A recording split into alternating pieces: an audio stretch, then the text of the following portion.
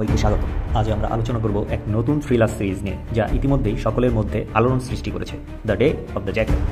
Frederic ফোরসাইথের iconic উপন্যাস এবং 1973 সালের ক্লাসিক চলচ্চিত্রের আধুনিক রিমেক এটি।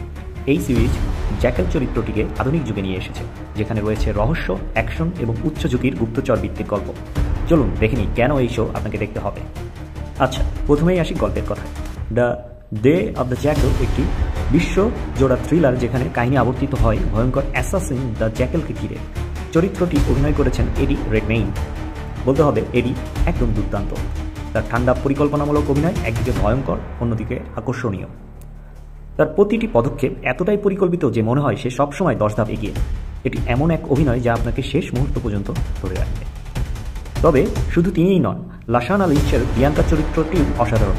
ইন্টেলিজেন্স অফিসার হিসাবে তিনি দৃঢ়, সাহসী এবং গল্পে একটি আবেগময় দিক যোগ করেছেন। এই দুই চরিত্রের মাঝে